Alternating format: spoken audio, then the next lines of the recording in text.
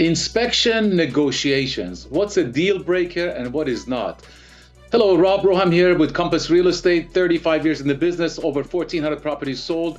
So, when it comes to inspections, you either do the inspections up front before you go on the market so you know what's going on, what to fix and what not to fix with the help of your realtor.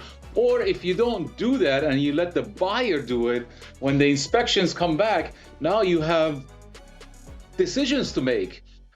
Buyers asking for a lot of repair items. What do you do? Which one you agree with? Which one you don't? Well, here's my advice. The major issues we should fix. The minor ones we can negotiate on.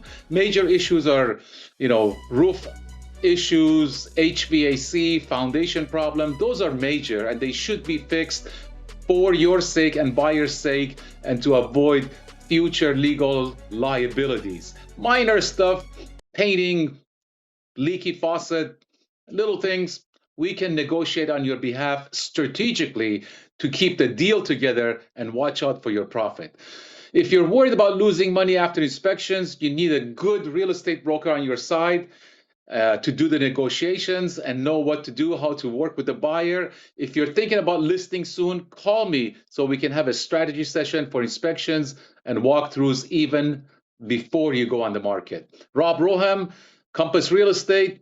You can call, text, or email me. Thank you and have a great day.